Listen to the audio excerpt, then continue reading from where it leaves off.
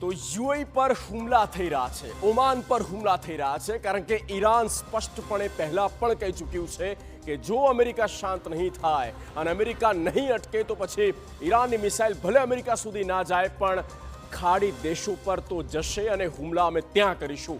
Big wall પર આપણે કેટલીક વિગતો બતાવવા જઈ રહ્યા છે, જે અત્યારની પરિસ્થિતિ અમે આપને વિગતે સમજાવીએ તો યુએઈ પર જે હુમલા થયા અને યુએઈના પ્રિન્સ પણ અમે આપને બતાવી રહ્યા છે. આ તરફ ભારતે કરી છે નિંદા. યુએઈ પર થયેલા હુમલાની ભારતે આકરા શબ્દોમાં નિંદા કરી છે અને આ બાબતને લઈને તેમણે કહ્યું છે કે આ નાગરિકો પર હુમલા કરવા, ઇન્ફ્રાસ્ટ્રક્ચરને ડેમેજ કરવું, આ પ્રકારના હુમલાઓ એ સ્વીકાર્ય નથી. આ હુમલા અસ્વીકાર્ય છે. આ ભારતે કડક શબ્દોમાં ઈરાને કહ્યું છે. ભારત યુએઈની મક્કમતાથી પડખે છે, યુએઈની સાથે છે. ભારતે સ્ટેન્ડ ક્લિયર કર્યું છે. જે હુમલા થયા તેની વિરુદ્ધમાં છે ભારત.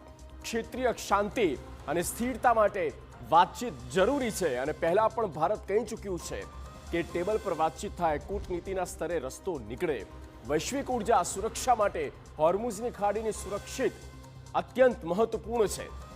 તો આ સુરક્ષાની પણ વાત કરવામાં આવી અને જે હુમલા થયા તેમાં 3 ભારતીય નાગરિકો પણ ઘાયલ થયા છે.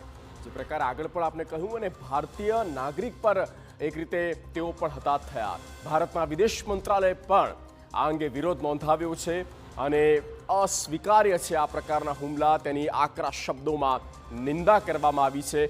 યુએઈ પર જે હુમલા થયા, આમ સીધી રીતે જોવામાં આવે તો આ જે હુમલા છે તે હજી શરૂઆત છે અને સીધી જે લડાઈ છે તે ઇઝરાયલ સાથેની છે.